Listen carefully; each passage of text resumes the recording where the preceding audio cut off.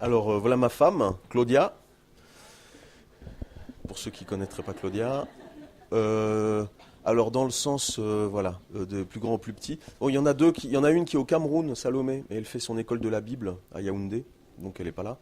Ensuite il y a Joachim, mais Joachim avait son groupe de jeunes cet après-midi, donc il ne pouvait pas venir.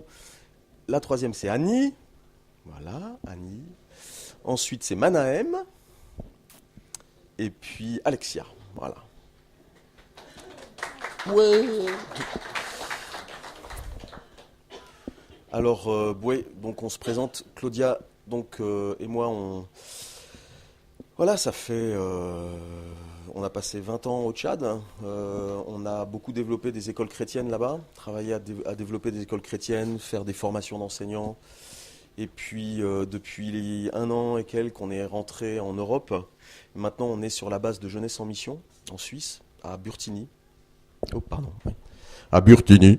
Et donc, on a, on a très à cœur l'éducation chrétienne, donc on travaille beaucoup là-dessus. Donc moi, je travaille partiellement sur l'Afrique, en fait, sur donc l'Afrique francophone centrale et l'océan Indien, où je cherche à développer donc les écoles là-bas. Enfin, pour vous donner une idée, c'est vrai qu'en francophonie européenne, il y a 30 écoles chrétiennes. Il y en a eu des milliers, hein, mais il n'y en a plus que 30. Ça date, je dirais, de la séparation de l'Église et de l'État, où les protestants avaient remis toutes leurs écoles à l'État. Mais en Afrique francophone, il y en a plus de 25 000. Donc c'est des millions d'enfants scolarisés, 200, 300 000 enseignants, enfin c'est beaucoup. Et donc moi je travaille pas mal sur ces pays-là pour faire de la formation, pour un morceau de vignette 2014. Merci. Non, 13. On a travaillé vraiment pendant toutes ces années, enfin en tout cas au Tchad, à développer non seulement les cœurs pour Dieu, mais aussi les pensées pour Dieu. C'est important. Parce que si vous ne pensez pas correctement, conformément à la parole, vous entrez vraiment dans des problèmes. La plupart des choix que nous posons sont le résultat de notre éducation, de notre perception du monde, de comment on juge ce qui nous entoure. Et ça peut nous conduire dans des problèmes si on ne pense pas de façon correcte, hein. Alors voilà, donc moi je fais de la formation d'enseignants, je fais pas mal de lobbying, je rencontre des responsables de dénominations dans différents pays, des représentants des ministères de l'éducation. Parce que vous savez, quand les écoles sont très nombreuses, on doit accompagner. Enfin, je veux dire, on peut plus simplement rester comme une force de réaction, mais on est une force de construction. Parce que quand vous représentez 10, 30, 40% des enfants scolarisés, enfin peut-être pas 40, on n'a aucun pays encore qui a 40, 40% des enfants scolarisés d'un pays dans nos écoles, forcément ça nécessite non seulement de la réaction, mais des propositions, hein, et dans les politiques éducatives et tout ça. Donc c'est super intéressant. Ça prend beaucoup de temps, beaucoup d'énergie. Ça prend beaucoup d'énergie, ouais, quand même. Euh, mais bon, merci Seigneur, on tient le coup. On a, on a aussi.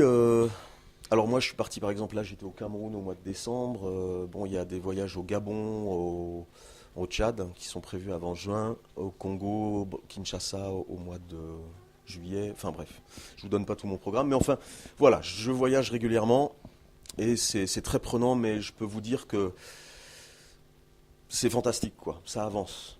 On est vraiment super encouragé. Et les autres 50%, et ma femme aussi, bon, on est pas mal impliqués au niveau de jeunesse en mission à Burtigny. On a créé un petit groupe qui s'appelle GEM Éducation. GEM Éducation, c'est tous les jeunes, enfin les missionnaires de jeunesse en mission francophones qui se retrouvent pour partager sur l'éducation, prier les uns pour les autres et puis développer différents projets. Donc là, entre autres, on en a un en juillet prochain que Claudia dirige. C'est une école, c'est un peu pionnier à jeunesse en mission, mais enfin il faut commencer. Donc une école éducation chrétienne, de formation d'enseignants ou de gens qui sont intéressés à l'éducation chrétienne. Donc c'est vraiment une école de fondation sur les principes de l'éducation chrétienne et qui va être offerte donc en français et en francophonie européenne. Donc qu'est-ce qu'il y a d'autre? Donc elle continue aussi ses livres scolaires quand elle a le temps. Elle écrit des livres scolaires qui sont testés en Afrique, au Tchad, là, dans notre école pilote. Qu'est-ce qu'il y a d'autre? On peut parler du ministère des Enfants aussi, mais bon, je sais pas si on va passer trop de temps après. Mais bon, si quand même Annie qui s'occupe de son groupe biblique et puis qui est intégré dans les groupes bibliques d'école pour essayer de mobiliser aussi les groupes bibliques dans les écoles, là où il y a les jeunes. Voilà, et puis sinon, enfin bon, qu'est-ce que je peux vous dire d'autre sur nous? Je crois que c'est tout. Ça va? Faut mieux arrêter là. Euh, En tout cas, je voulais. Il y a une image, enfin une image, oui, une image, ou plutôt une pensée. Il faut que je retrouve mon message, ce serait intéressant. Voilà. Pendant qu'on priait, pendant qu'on louait le Seigneur tout à l'heure, euh, j'ai essayé, je suis sorti tout à l'heure, j'ai essayé de trouver des instruments pour essayer de vous représenter ça, mais j'ai pas trouvé, donc ça sera des images mentales. Alors mettez-vous en mode diapo. Et regardez, vous avez une grande éponge, enfin une éponge, enfin quelque chose d'un peu dur quand même, une éponge, et puis vous avez un petit verre, et puis on vous dit, ben il faut réussir à rentrer cette éponge dans le verre. Et là vous avez, enfin une éponge dure, quoi. Enfin je sais pas, du polystyrène, pas une éponge, vous voyez comme on fait pour voilà nettoyer la table, mais vraiment dur. Et là vous avez le choix, ben, soit on vous découpe, soit on presse le polystyrène, on peut un peu le presser pour réussir à le faire rentrer dans le verre. Et puis c'est un peu l'image que j'avais par rapport à notre environnement aujourd'hui, dans ce qu'on vit, dans notre société aujourd'hui. On essaie de nous faire entrer souvent dans des cubes, dans des verres, dans des espaces bien délimités, et on voudrait qu'on pense tous la même chose et qu'on soit tous les mêmes, et que vraiment un peu un stéréotype, je dirais, d'individus. Et j'avais vraiment ce sentiment, et non seulement un sentiment, mais une conviction. Et je fais attention en disant ça, mais la conviction qu'il y a un temps maintenant pour déverrouiller ces choses. Je m'interrogeais quand j'étais assis, je me disais, mais Seigneur, est-ce qu'il y a un parallèle dans ta parole? Parce que je sais qu'il y en a dans l'histoire où il y a des nations qui ont été transformées, parce qu'il y a des gens qui ont osé briser des cloisons, qui ont osé briser ces espaces dans lesquels il y avait une pensée dominante qui nous contenait. Et je crois que ça s'est passé quand même dans la Bible, dans les réformes, les différentes réformes qui ont eu lieu au milieu du peuple d'Israël. Moi je pense par exemple à un truc qui est complètement fou, ce qui s'est passé, c'est du temps de David. On parlait avec ma fille l'autre jour, mais quand est-ce qu'on chantait dans le temple, quand est-ce que le chant et la louange sont intervenus dans l'histoire du peuple de Dieu? Parce que quand vous regardez le tabernacle de Moïse, ça ne nous apparaît pas très très fort, la louange, le chant. On sait Myriam qui célèbre la délivrance, c'est vrai, sur le tambourin.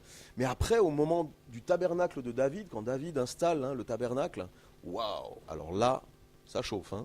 24 heures sur 24, des danseurs, des adorateurs, et puis on loue le Seigneur. Et je crois qu'il y a eu comme ça des temps. Pourtant, la loi était la même. Il n'y a pas eu de changement entre Moïse et David. C'était toujours l'Ancien Testament, c'était toujours la loi, mais je crois qu'en fonction des temps, Dieu permet qu'il y ait des choses qui se déverrouillent, qu'il y ait des espaces nouveaux qui s'ouvrent. Et moi, je suis convaincu qu'on est dans cette période-là maintenant. J'envoyais hier, où est-ce qu'il est Claude? Claude. Salut Claude. Bonjour. Donc, je lui ai envoyé une vidéo hier soir, et puis tu me disais, c'est complètement décoiffant, sur une nouvelle conception de l'éducation, de voir l'éducation. Et c'est vrai que l'éducation, jusqu'à aujourd'hui, elle s'est par exemple très calquée sur l'industrie, c'est-à-dire on veut avoir des gens qui puissent se socialiser, qui puissent devenir des forces de travail, qui puissent produire, qui puissent faire ceci, cela, et puis voilà, on les a bien taillés, bien formatés, et puis bam, on a la machine. Et puis il y en a certains qui vont dans tel étalage, on a du haut de gamme, du bas de gamme, du milieu de gamme, et puis un produit pas conforme, on le met à côté. Et je dirais que le système éducatif dans lequel on fonctionne aujourd'hui est un peu comme ça. Et moi, voilà, j'aime pas ça. Enfin, je sais pas vous, je pense qu'on n'aime pas ça. En plus, français, donc on peut pas aimer ça, c'est sûr. Et enfin, voilà, c'était un peu l'idée la pensée que j'avais pendant l'adoration. Et je crois vraiment qu'il y a des choses. Ah, vraiment, oui, je suis désolé. Faudrait me l'attacher avec du scotch comme ça. Voilà. Allô? Oui. Non, je suis pas là. Amen. Non, bon, allez, je commence mon message parce que sinon, on va réfléchir trop longtemps. Pardon?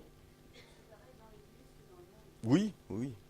Alors justement, dans ce que je vais partager là, par rapport à ce formatage dans lequel on est, dans lequel on veut nous mettre, qui nous emprisonne dans tout un tas de domaines de la vie, hein, moi je voudrais vous parler justement du renouvellement de l'intelligence. Comment on va réussir à sortir de ces modèles-là? Comment on peut vraiment entrer dans une nouvelle façon de voir? Et je sais de quoi je parle parce que, je veux dire, quand on était au Tchad avec Claudia, on a vu dans le petit collège dans lequel on était, j'en ai encore un jeune, tiens, je t'ai pas dit, un jeune qui m'a écrit ce matin, qui est maintenant en France, il se prépare à être évêque. Bah oui, on a formé aussi des futurs évêques catholiques.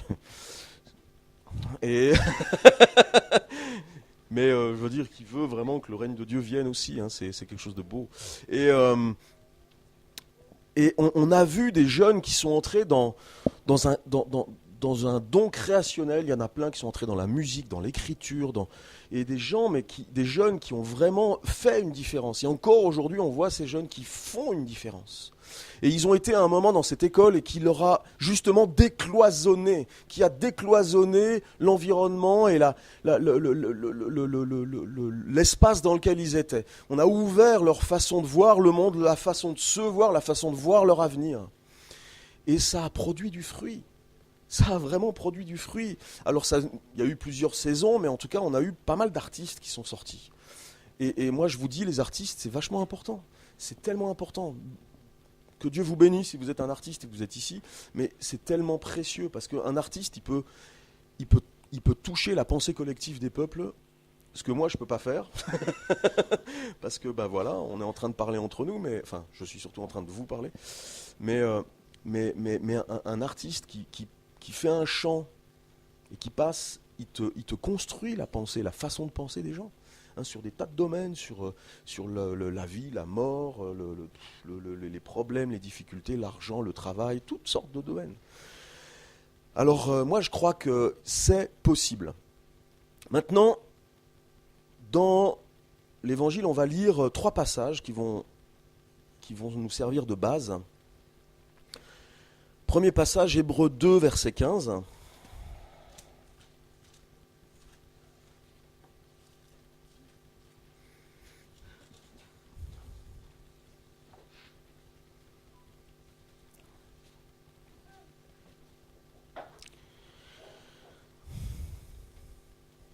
Bon, ouais, ça commence au milieu d'une phrase. On va commencer au verset 14. Ainsi donc Hébreux 2, versets 14 et 15. Ainsi donc, puisque ces enfants sont unis par la chair et le sang, lui aussi de la même façon a partagé leurs conditions. Il l'a fait pour réduire à l'impuissance par la mort celui qui détenait le pouvoir de la mort, c'est-à-dire le diable, et pour délivrer tous ceux qui étaient réduits à l'esclavage leur vie durant, par la peur de la mort. On parle de Jésus. Hein. Jésus qui tenait, enfin la mort, la crainte de la mort qui tenait esclaves les gens. Et Jésus qui est venu pour délivrer tous ces gens qui étaient tenus dans la servitude. Qu'il délivra, alors là c'était la version Semeur, mais la version seconde c'est afin qu'il délivra tous ceux qui par la crainte de la mort étaient toute leur vie retenus dans la servitude. Deuxième passage, Romains 12, versets 1 et 2. Vous connaissez. Quelqu'un là de mémoire peut-être? Non? Ouais, en tout cas. Hein. Je vous exhorte. Je vous invite donc, frères, à cause de cette immense bonté de Dieu, à lui offrir vos corps comme un sacrifice vivant, saint et qui plaise à Dieu. Ce sera de votre part, alors la version seconde dit un culte raisonnable. C'est assez particulier. Et, donner ta vie, c'est un culte raisonnable. Et ne vous laissez pas modeler, verset 2, par le monde actuel, mais laissez-vous transformer par le renouvellement de votre pensée, pour pouvoir discerner la volonté de Dieu, ce qui est bon, ce qui lui plaît et ce qui est parfait. Et dernier passage, oui, maintenant, Romains 6, 11, qui dit « Ainsi vous aussi considérez-vous comme morts pour le péché et comme vivants pour Dieu dans l'union avec Jésus-Christ. » Amen. Quand on lit ces trois passages, il y a des choses qui sont vraiment intéressantes. Justement, ce verset de Romains 12, 1 et 2, souvent on sépare ces deux versets, on dit « ouais, soyez renouvelés dans l'intelligence ». Et on oublie de lire le verset 1. Le verset 1 qui donne sa force au verset 2. Et le verset 1, il dit quoi? Il dit « Je vous exhorte, frères, à offrir vos corps, à offrir vos vies, vos vies physiques, vos vies, la vie, comme un sacrifice vivant, saint, agréable à Dieu, ce qui sera de votre part un culte raisonnable. » Il ne parle pas de folie. Nous, on se dirait, attends, il faut aller se coucher là. Non, faut se reposer, on revient, on en reparle demain, parce que c'est fou. Mais non, lui il dit, c'est un culte raisonnable, c'est quelque chose de réfléchi, c'est quelque chose qui est bien réfléchi, c'est raisonnable. Et ensuite il dit au verset 2, ne vous conformez pas au siècle présent, mais soyez transformés par le renouvellement de l'intelligence, afin que vous discerniez quelle est la volonté de Dieu, ce qui est bon, agréable et parfait. Et là, quand je lis ce passage-là, je réalise que, en réassociant ces deux versets, on réalise, et moi en travaillant beaucoup dans différents pays, dans différentes cultures, j'enseigne parfois aussi sur les visions du monde, la communication transculturelle, parce que voilà, on n'a fait que ça. Et quand on réfléchit à ça, dans toutes les cultures du monde, parmi tous les peuples, qu'est-ce qu'on voit en commun? La peur de la mort, la crainte de la mort, la peur. Et toutes les cultures et toutes les visions du monde s'articulent la plupart du temps autour de cette peur, autour de cette crainte, et vont offrir des réponses. Alors si t'es en Occident, on va te dire, mais attends, il faut que tu aies du fric. Si tu as du fric, tu seras à l'aise, ça va te protéger. Une bonne assurance, tous les services possibles pour la protection de ta vie, et il faut en avoir toujours plus.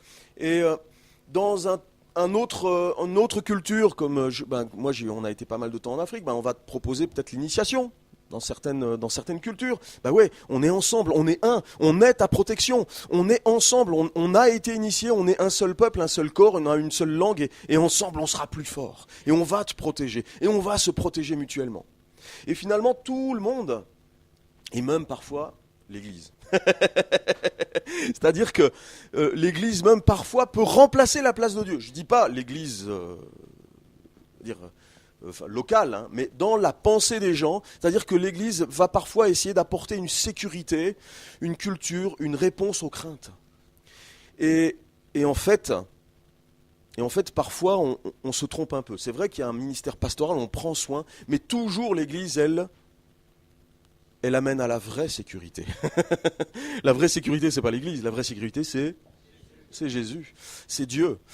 Et parfois, et nous, on avait vu ça en Afrique, on avait vu ça chez les personnes âgées, certaines personnes âgées en Afrique, qui, souvent, juste à la fin de leur vie, ils devenaient chrétiens. Parce qu'en fait, ils aimaient tellement les places mortuaires qui étaient organisées par les chrétiens, que je disais, non, mais si je meurs, je veux vraiment qu'on fasse vraiment une belle cérémonie, donc il vaut mieux que je sois chrétien. Et parce que l'Église apportait une réponse à une insécurité, à une crainte, à une peur. Et parfois, les gens se convertissaient presque uniquement par rapport à ça. Parce que la culture était là et proposait avait intégré cette crainte et une proposition de réponse. Alors, sans aller très très profondément, dans tout cela, il y a quand même quelque chose qu'il faut qu'on réalise, c'est qu'on est souvent tellement focalisé sur nos craintes, sur nos peurs, que bien souvent, inconsciemment, on construit, sans s'en rendre compte, des tas de systèmes de protection. Contre la mort, contre la souffrance, contre l'anxiété. Et tout cela, donc, toutes ces constructions qu'on se fait, au bout d'un moment, on en oublie finalement les recommandations de Dieu. et qui Jésus, hein, qui est venu sur la croix pour nous extraire de ce diktat. Hein, c'est ce que dit Hébreu, hein, que je vous ai lu tout à l'heure, hein, Hébreu 2, parce que Jésus est venu pour délivrer ceux qui, par la crainte de la mort, étaient toute leur vie retenus dans la servitude. Parce que la crainte de la mort, ça vous paralyse. La crainte de la mort, ça vous paralyse, ça vous cherchez absolument à trouver une échappatoire, à trouver une consolation. Et le monde va vous en offrir plein. Toutes sortes de consolations. Et là, la réponse que Dieu veut nous donner, c'est quoi ? Romains 12, 1, offre ta vie. Et c'est ça la clé quelque part, c'est que, je dirais, si on vit dans cette crainte et si on laisse cette crainte-là toujours être autour de nous,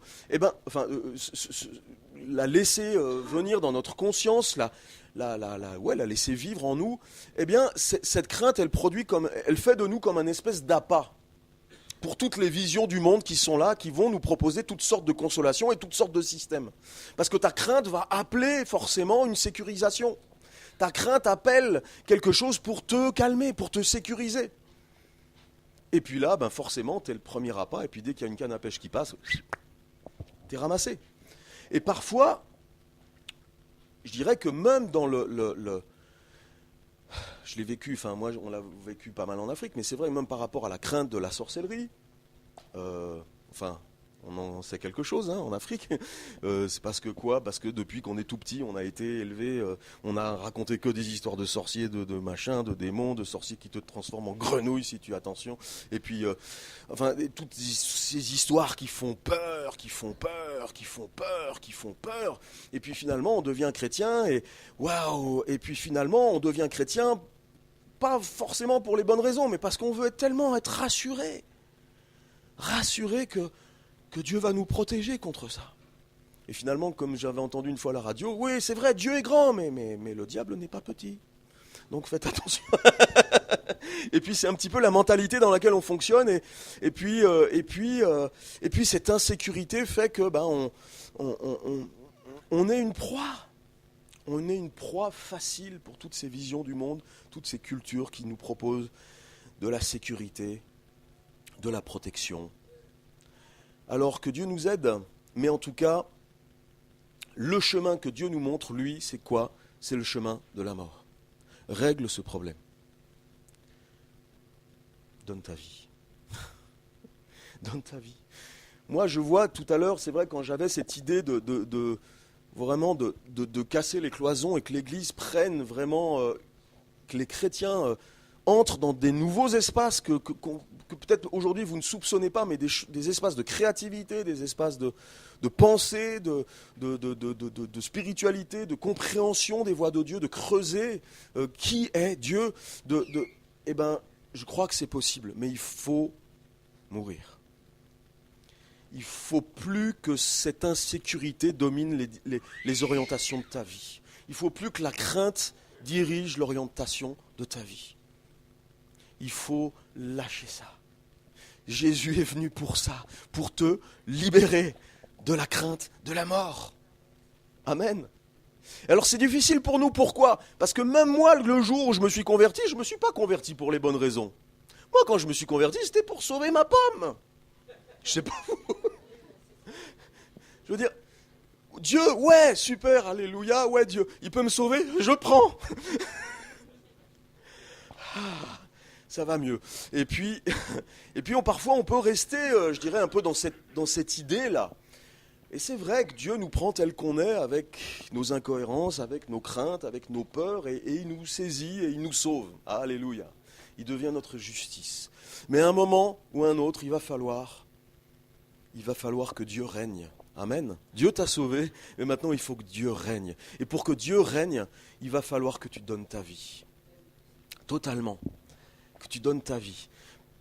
Parce que lorsque tu donnes ta vie, parce que tu peux pas garder ta vie. On n'est pas capable. Alors c'est vrai qu'il y a la mort autour de nous, elle est là, et on ne sait pas comment on va partir, et il y a toutes sortes de façons. Il y a beaucoup d'imagination là-dedans, mais pour nous, on veut laisser nos vies. Je ne veux plus m'occuper d'essayer de protéger ma vie. Parce que finalement, en cherchant à la protéger, je perds cette capacité d'être renouvelé dans mon intelligence et dans ma pensée. Parce que finalement, être sécurisé dans l'amour de Dieu, ne plus t'occuper de ta propre survie, de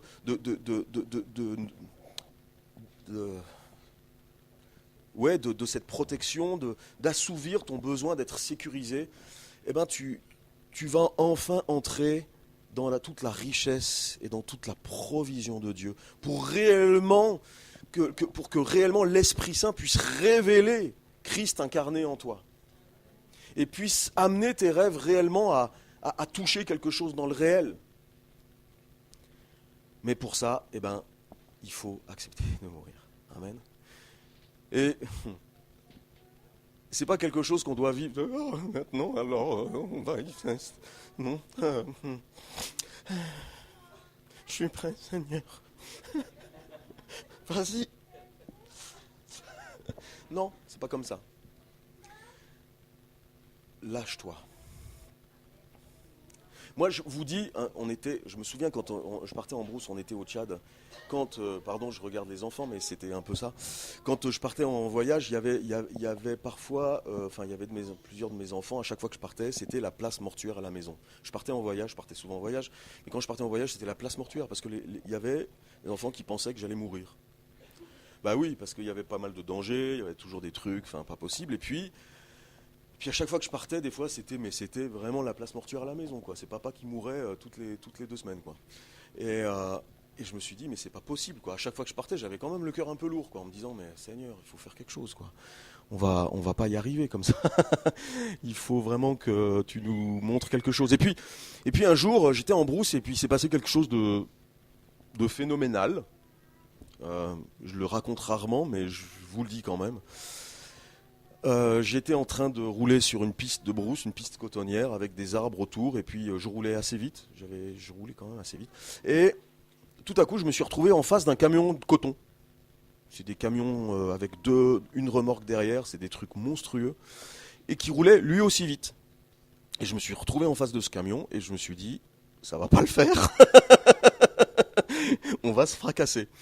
Et puis la dernière pensée que j'ai eue avant qu'on se fracasse, c'était de me dire, en fait, j'avais vu un petit espace, mais qui était déjà à la hauteur du camion, sur le côté droit de la piste, où il n'y avait pas d'arbre, où je me suis dit, ici, si je pouvais arriver à cet endroit-là, je pourrais éviter le choc. Mais je ne pouvais pas.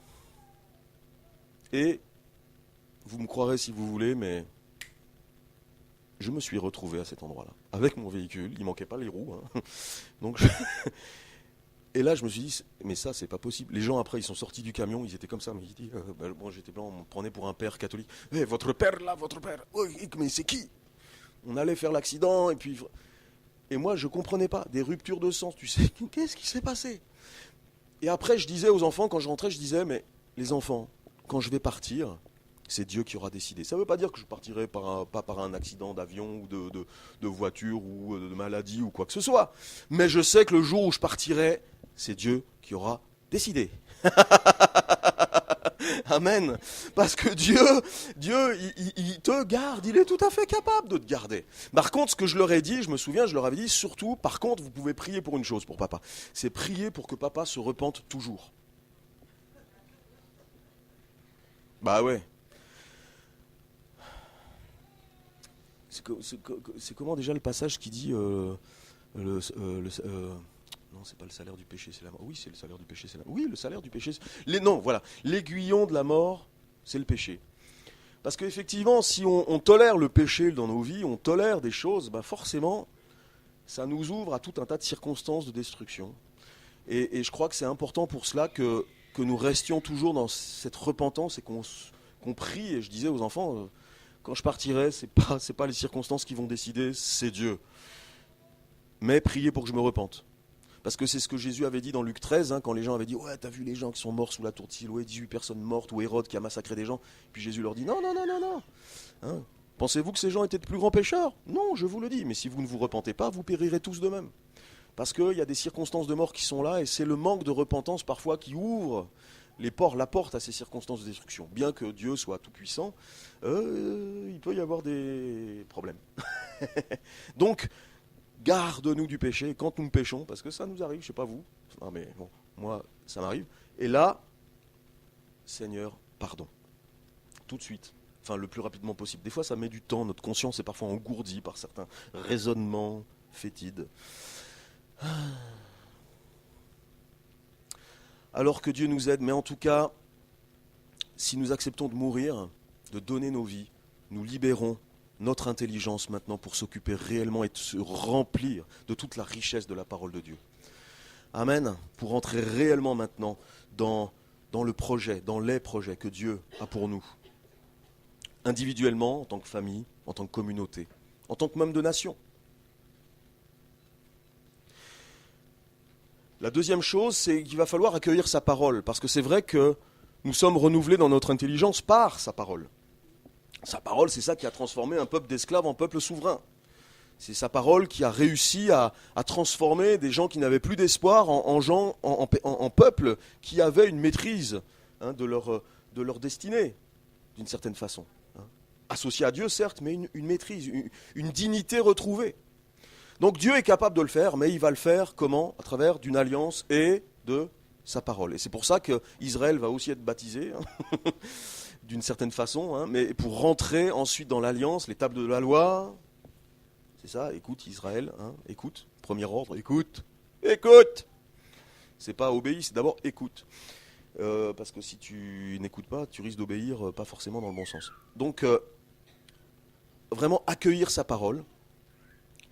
Et finalement, c'est parce qu'on est délivré de la crainte et de la peur que ça va libérer nos capacités cognitives, que ça va libérer nos capacités créatives. Parce que vous savez, la peur et les craintes se nourrissent toujours des choses qu'on ne comprend pas. Je ne sais pas si vous avez remarqué, mais à chaque fois qu'il y a un truc qu'on ne comprend pas qui se passe autour de nous, on se dit « C'est quoi ce truc ?» Ça fait peur. Mais ben oui, ça fait peur. Tout ce qu'on ne comprend pas, tout ce qu'on n'est pas capable d'appréhender, ça génère en nous de la crainte. Mais si tu es sécurisé dans l'amour du Père, si tu es sécurisé dans celui qui t'aime, qui a donné sa vie pour toi, là maintenant, tu peux aller creuser dans les mystères de Dieu. Tu peux aller creuser dans les mystères de la création. Et je dirais, c'est un peu ce qui s'est passé, même dans l'histoire de l'Église. Quand aujourd'hui on nous dit vraiment les chrétiens, mais c'est une espèce de bande de rétrogrades qui essaie de nous faire revenir à l'âge de pierre, c'est un peu la pensée. Mais c'est vraiment, enfin on nous accuse de rentrer, enfin de revenir à une espèce d'obscurantisme, mais c'est fou parce que c'est exactement le contraire qui se passe. Pourquoi ? Parce que toute l'histoire nous montre que parce que les chrétiens ont étaient sécurisés dans cet amour de Dieu, ils ont pu explorer des choses que personne n'avait jamais osé explorer. Moi, je me souviens en Afrique, parfois, il y avait des choses que je voyais parmi les animistes. Bon, il y en a de moins en moins, merci Seigneur, mais parmi les animistes, il y avait un truc qui se passe. Le mec, il se dit, waouh, c'est quel esprit qui est en train d'agir ? L'avion qui passe. Bon, je ne sais pas si vous avez vu, les dieux sont tombés sur la tête, mais il y a la bouteille de coca qui tombe du ciel, parce qu'il y a un type qui a acheté la bouteille de l'avion. Un petit avion, c'était pas un Boeing. Et le mec il dit waouh, c'est quel esprit. Et puis alors il suivait le doigt de Dieu tous les jours, parce que le doigt de Dieu c'était la marque en fait des réacteurs dans le ciel qui provoquaient des nuages. Et puis en fait les gens suivaient le signe. Et puis à chaque fois c'était terrible. Mais c'est vrai, tu vas spiritualiser. Mais lorsque tu es sécurisé dans l'amour de Dieu, qu'est-ce qui se passe ? C'est ce qui s'est passé, c'est que tu vas commencer à essayer de comprendre. Parce que Dieu ne t'a pas simplement donné la Bible, mais il t'a donné toute la création.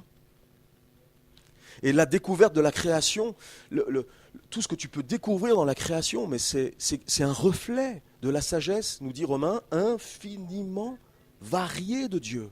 Et c'est pour ça que, en observant la création, les hommes ont creusé et puis ont dit, mais waouh, mais t'as vu cette loi-là, t'as vu, ça fonctionne mathématiquement, physiquement, ça produit tel résultat. Et puis ces hommes ont pu extraire ces lois et les réinvestir dans d'autres domaines. Et c'est pour ça qu'on peut voler en avion, justement, maintenant. Parce que cette sécurisation dans l'amour a permis d'aller creuser dans tous les mystères de la création qui nous révélaient des principes qui nous ont aidés à avancer. Et de dire maintenant qu'on veut nous faire revenir à l'obscurantisme, non ! On veut nous faire croire cela parce Parce que, justement, on ne rentre pas dans les cloisons qu'on veut essayer de nous imposer. Mais allons-y. Brisons-les. Avec joie. Allons-y. Parce que dans l'amour de Dieu, il est prêt à déployer des trésors de sagesse et d'intelligence, de créativité, de beauté. Des choses merveilleuses dont le monde a besoin. Dont le monde a besoin, parce que tout le monde a soif de beauté. Tout le monde a soif du beau. Tout le monde a soif d'amour. Tout le monde a soif du juste. Que tu sois chrétien ou non chrétien. Et ça parle. Alors que Dieu nous aide. Et moi, je suis émerveillé quand on me dit qu'on utilise simplement 10 ou 20% de nos capacités du cerveau, un truc comme ça. Hein. Vous avez entendu ça? Bon, je ne suis pas un spécialiste, mais je me dis, waouh, si le Seigneur pouvait bouger quelques petits trucs là, ça nous aiderait bien. Hein. Mais s'il les bouge, on va peut-être partir dans des zones qui ne sont pas forcément accueillies par la culture environnante. Mais bon, je crois qu'il faut y aller. Si Dieu nous aime, on peut y aller, en sécurité. La communion au Créateur ouvre les portes du génie humain. Et sa parole va apporter non seulement un cadre, parce que c'est important d'avoir la parole, parce que sinon vous explosez. Sans la parole, vous explosez. Avec l'esprit, vous explosez. Avec la parole, vous desséchez. Il faut les deux. Parce que la parole pose les bornes éthiques, les bornes morales, au-delà desquelles il ne faut pas se déplacer, effectivement. Parce que Dieu veut notre bien. Et si la loi a été donnée, ce n'est pas pour notre mal, c'est parce qu'il lutte contre le péché dans nos vies. Il lutte contre ce qui nous détruit. Et il ne veut pas qu'on soit à nouveau détruit. Donc, c'est vrai, il faut respecter ces lois. Et il faut aussi s'en inspirer. Que Dieu nous aide. Alors, merci Seigneur. Et finalement, à chaque fois, c'est ce que disait Paul dans toutes ses lettres. Et je reviens souvent à ça, mais voilà, c'est que la grâce et que la paix de Dieu soit avec nous. Amen. Dans la grâce et la paix, il y a la sécurité. On ne le mérite pas, c'est une grâce.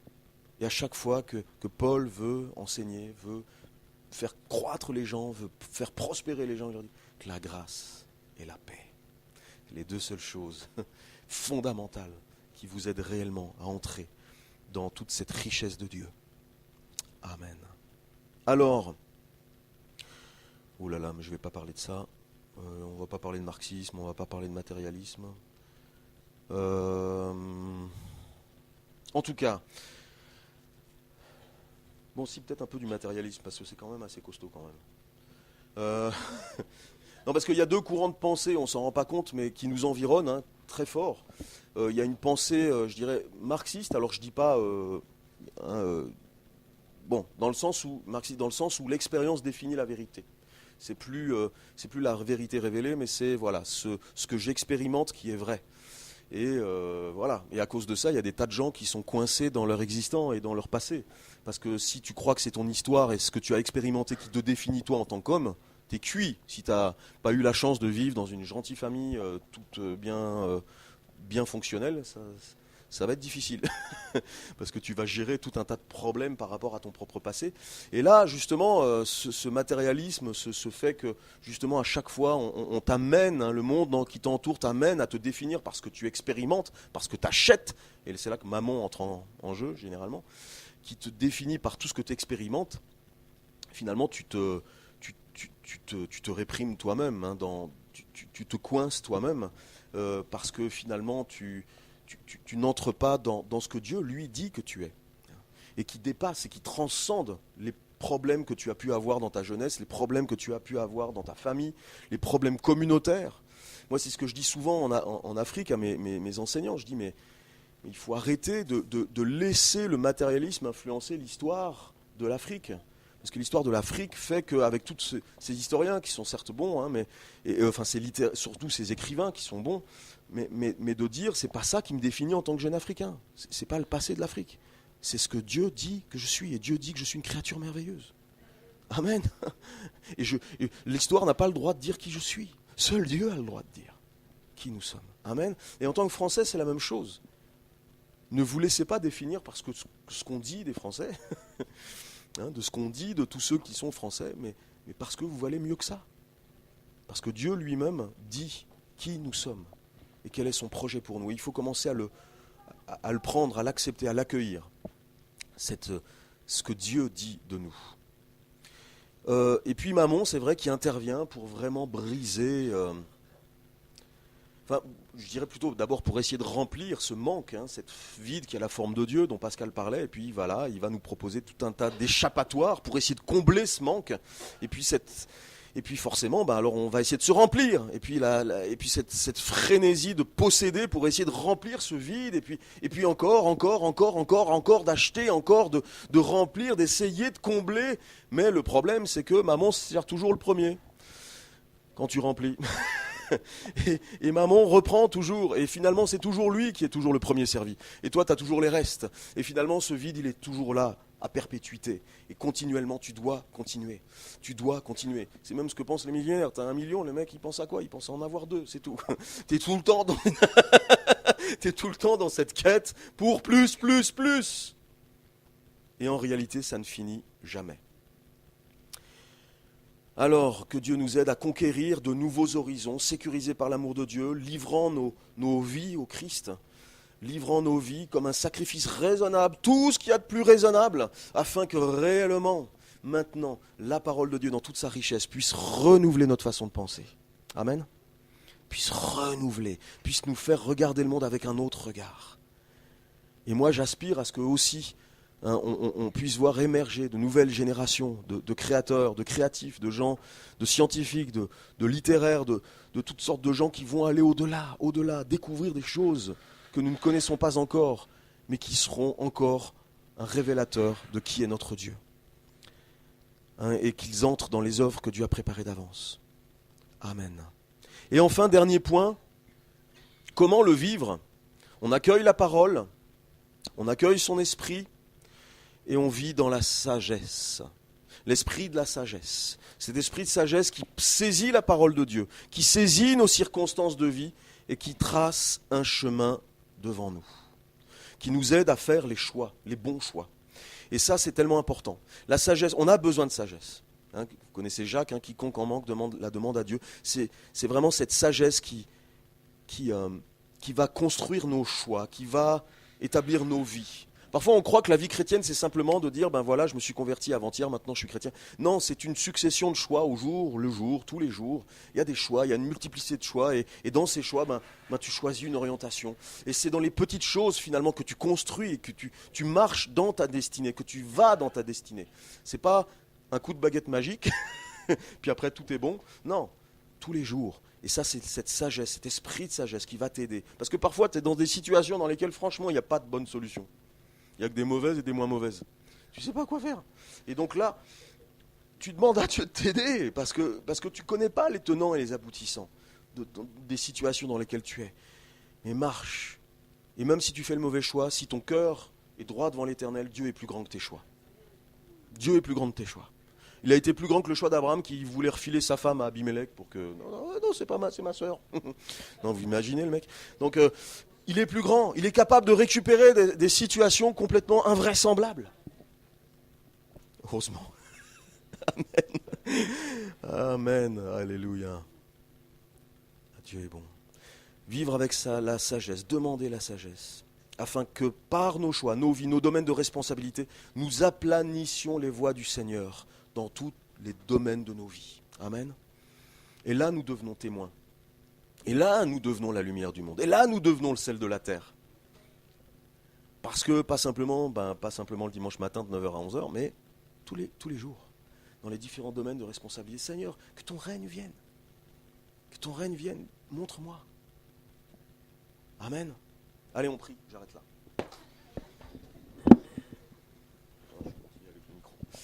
Seigneur, merci parce que c'est vrai, tu veux nous donner tellement. Et moi, je crois, Seigneur, que nous sommes à un temps où justement, ça pousse sur les cloisons. Nous poussons sur les cloisons. Nous voulons aller au-delà de ce qui est aujourd'hui, des limites qu'on nous impose aujourd'hui. Et ça pousse, et nous voulons, Seigneur, que tu nous aides à vraiment sortir cette vie, à briser ces cloisons dans lesquelles on nous enferme pour réellement te glorifier, pour réellement t'incarner aujourd'hui. Au-delà des bonnes pensées, des gens bien pensants, on veut On veut, Seigneur, que ton règne vienne, on veut que ta joie passe, on veut que, ton Esprit Saint agisse, on veut que toutes ces choses. Mais Seigneur, comme on l'a dit au début, Seigneur, on veut t'apporter nos vies. Seigneur, on veut t'apporter nos vies. Parce qu'on sait qu'on ne pourra pas le vivre si on vit continuellement dans la crainte, dans la peur de la mort, la crainte de perdre, la crainte de souffrir, la crainte, toutes ces craintes qui sont là. Seigneur, délivre-nous.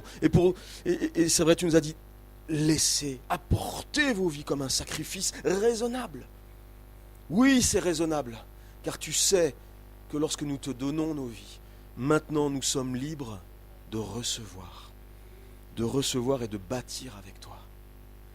Alors Seigneur, retire de nous tous les filets qui ont pu s'abattre sur nous, les filets de crainte, qui soient déchirés maintenant, au nom de Jésus. Ouais, je vous invite vraiment à recevoir tous ceux qui sentaient justement des filets de crainte dans des domaines de vos vies. On va prier, je vais prier pour vous. Simplement levez la main, on garde les yeux fermés. Seigneur, je t'apporte mes frères et mes sœurs. Je t'apporte ces filets de crainte qui sont là, qui les tiennent, qui les verrouillent au-dedans, pour entrer dans ton plan, pour accomplir les projets que tu as prévus pour eux. Eh bien, au nom de Jésus, que ces filets soient déchirés maintenant. Que ces filets soient déchirés maintenant. Et que leur vie, Seigneur, ils le désirent, ils le veulent. Seigneur, reçois leur vie. Reçois leur vie. Car toi, tu es capable de garder leur vie. Tu es capable de garder leur vie comme toi, tu as gardé la mienne par des trucs incroyables, même quand on me tirait dessus, même quand les bombes ont explosé. Seigneur, mon frère, ma soeur, le Seigneur te garde. Le Seigneur est capable de te garder. C'est bien plus fort qu'un gilet pare-balles, c'est bien plus fort qu'un blindage. C'est bien plus fort. L'Éternel Tout-Puissant, les cieux des cieux ne peuvent contenir sa gloire. Il te garde, il te protège. Remets ta vie entre ses mains. Remets ton avenir, tes craintes au nom de Jésus. Déposons cela au nom de Jésus. Et que l'ennemi n'ait plus de prise, que tous ces appâts pour toutes ces fausses pensées, ces faux raisonnements soient arrachés maintenant. Au nom de Jésus. Soyez restaurés dans votre humanité glorieuse, faite à l'image de Dieu. Soyez restaurés, soyez bénis. Et soyez maintenant vraiment les récipiendaires, les récepteurs de toute cette grâce, de tout cet amour de Dieu, de toute cette créativité, de toute cette pensée de Dieu. Au nom de Jésus, je te prie, Père. Amen. Que Dieu vous